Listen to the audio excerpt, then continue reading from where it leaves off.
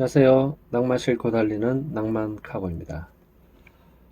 오늘은 제가 화물일을 하면서 좌절하고 유일하게 후회했던 2015년 2월 화물일을 시작한 첫날의 얘기를 해볼까 합니다.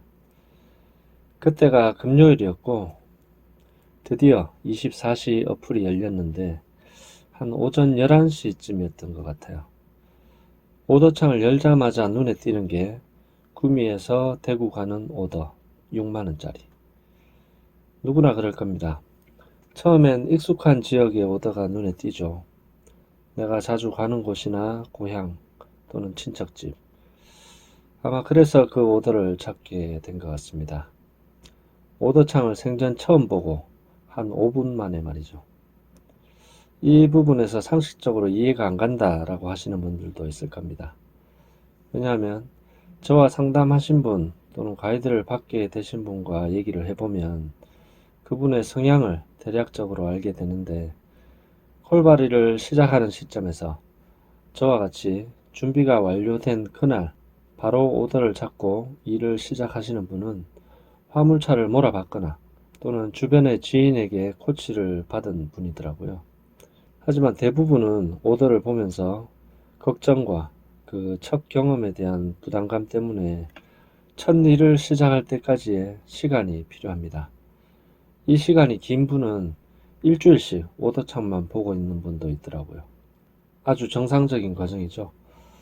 저는 좀 무대뽀, 돈키호테적인 성향이 있는 것 같은데 그날 오후에 이웃에 있는 지인의 짐을 옮겨주기로 한 중요한 약속까지 해둔 상태인데 이 오더를 잡은 겁니다. 미쳤죠. 생전 처음 하는 콜발이 첫날에 예약짐까지 있는데 끼워 넣는 오더를 진행한다는 게 제정신이 아니죠. 대구는 가까우니까 갔다가 와도 시간이 충분하긴 했습니다. 어쨌든 그렇게 첫 오더를 잡고 상차지인 구미 산동에 있는 공단으로 갔습니다. 호이스트로 싣는 짐인데 커다란 쇠 재질 통 모양의 한 덩이 짐이었습니다. 담당자가 시키는 대로 고인목 2개를 대고 깔깔이바 2개를 단단히 당기고 출발을 했습니다. 하차지가 대구 달서구였고 고속도로를 타다가 서대구 쪽에서 톨게이트를 빠져야 되는데 아차, 뭔 생각을 했는지 빠지지를 못했네요. 아직 시간은 많으니까 좀 돌아가면 되지 하면서 가는데 슬슬 조급한 마음이 들기 시작했습니다. 당시는 다음 톨게이트가 화원 옥포 IC인데 도착을 해서 요금을 내려고 보니까 아차, 또 지갑을 안 가져왔네요. 할 수 없이 요금 정산하는 직원에게 깜빡하고 지갑을 안 가져왔다 라고 하니까 계좌번호를 주더라고요. 그렇게 톨게이트를 나왔지만 돈이 없다 보니까 회차를 위해서 다시 고속도로로 들어가기가 좀 민망하더라고요. 그래서 시내 도로로 가는데 차가 왜 이렇게 막히는지 이젠 진짜 마음이 급해집니다. 일을 끝내고 구미에 3시까지 가야 되는데 이때가 대략 1시 정도 되었을 겁니다. 막히는 길에서 발을 동동 구르면서 도착지 3km 정도를 남긴 지점까지 갔습니다. 그때 내리막길을 급하게 달리던 중에 신호가 바뀝니다. 마음은 급하고 짐을 적재한 상태에서 제동거리도 모르는 상태라서 브레이크를 밟는데 이 판단이 늦어졌습니다. 브레이크가 얼마나 밀리는지 앞에서는 우측 차선에서 좌회전을 하던 차가 깜짝 놀라서 내 앞에서 정지를 하더라고요. 그 놀란 운전자의 표정까지 아주 기억이 납니다. 순간 안 되겠다 라는 생각과 함께 브레이크를 있는 대로 밟았습니다. 귀를 찢는 끽 소리가 들리는가 싶더니 쿵! 어떻게 됐을까요? 이 새끼가 미쳤나 욕하는 소리에 순간 감았던 눈을 뜨는데 앞에 차는 삿대질을 하면서 멀쩡히 욕을 하면서 가던 길을 가더라고요. 순간 살았다. 근데 이 쿵 소리는 뭐였지? 뒤에서 누가 박았나 하고 뒤에 쪽창을 보니까 실었던 짐으로 가려져 있고 뒤에 벽면이 실내로 툭 튀어나와 있더라고요. 짐이 밀려서 안골대를 친 거구나. 그때서야 사태 파악을 하고 그래도 안도감이 들었습니다. 그것도 잠시 빨리 끝내고 지인의 약속을 지켜야 된다라는 압박감이 계속 밀려옵니다. 그렇게 하차지에 들어갔더니 크레인 기사가 하던 일을 또 멈추질 않네요. 부탁해서 겨우 하차를 하고 다시 구미로 출발을 하는데 시간은 이미 약속 시간을 넘어가고 차는 막히고 미칠 지경입니다. 지인에게 전화를 했더니 늦어서 곤란하긴 하지만 조심해서 빨리 오랍니다. 그렇게 우여곡절을 겪고 구미에 도착을 했습니다.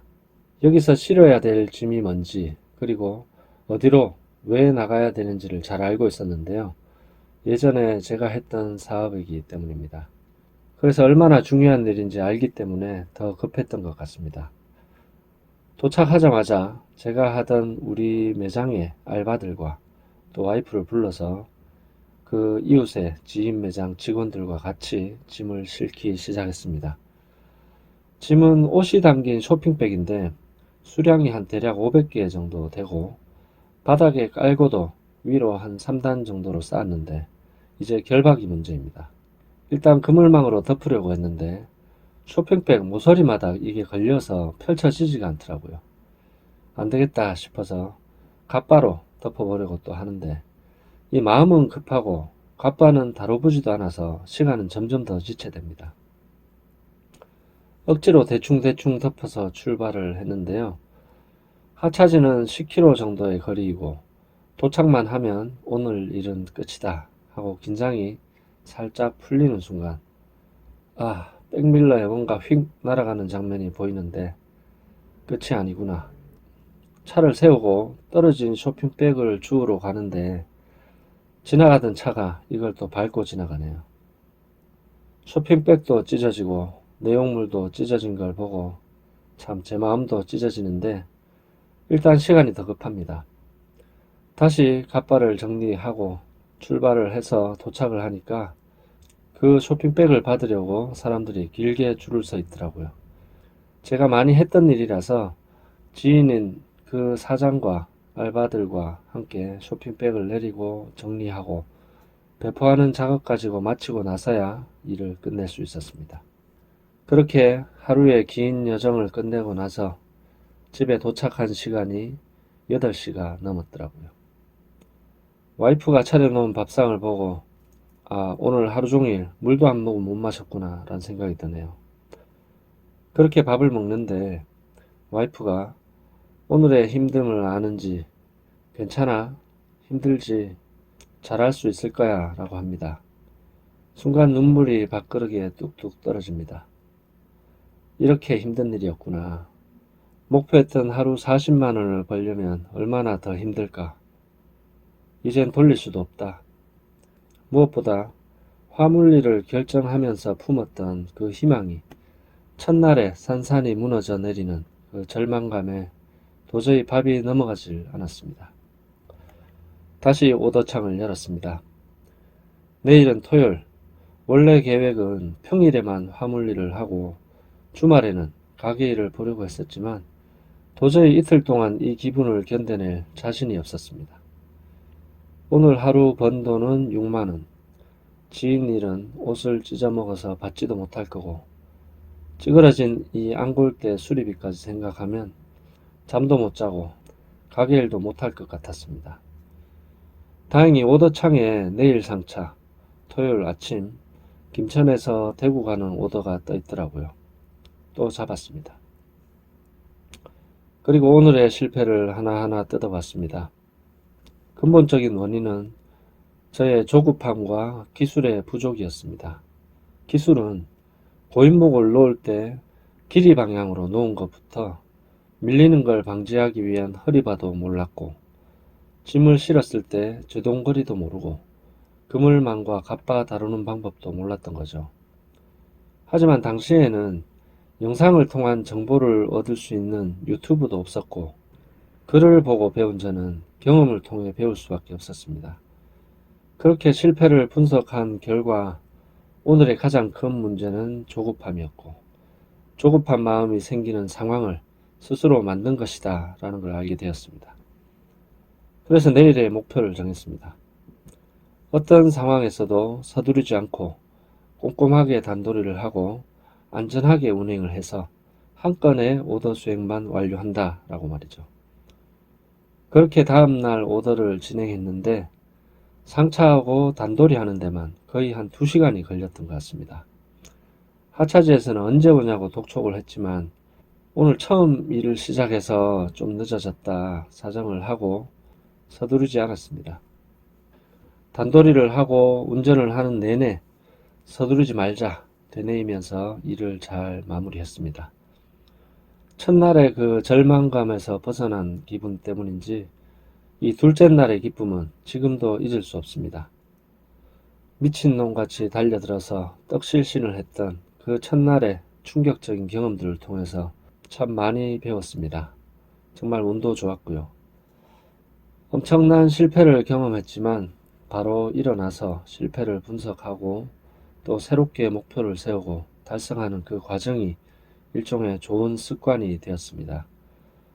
사고나 또는 돈이 안 벌리거나 하는 문제 또는 실패가 언제나 일어나지만 그 원인을 알아서 해결하고 실패를 자산으로 만드는 습관 말이죠. 그 자산을 유튜브 구독자분에게 그리고 가이드를 받는 분에게 나누어 드릴 수 있는 겁니다. 부끄럽고 창피한 얘기를 미루다 오늘 풀어보았는데요. 일을 하시거나 시작하시려는 분들에게 도움이 되는 얘기였기를 기대하면서 오늘 영상은 마치도록 하겠습니다. 시청해주신 구독자분에게 감사드립니다.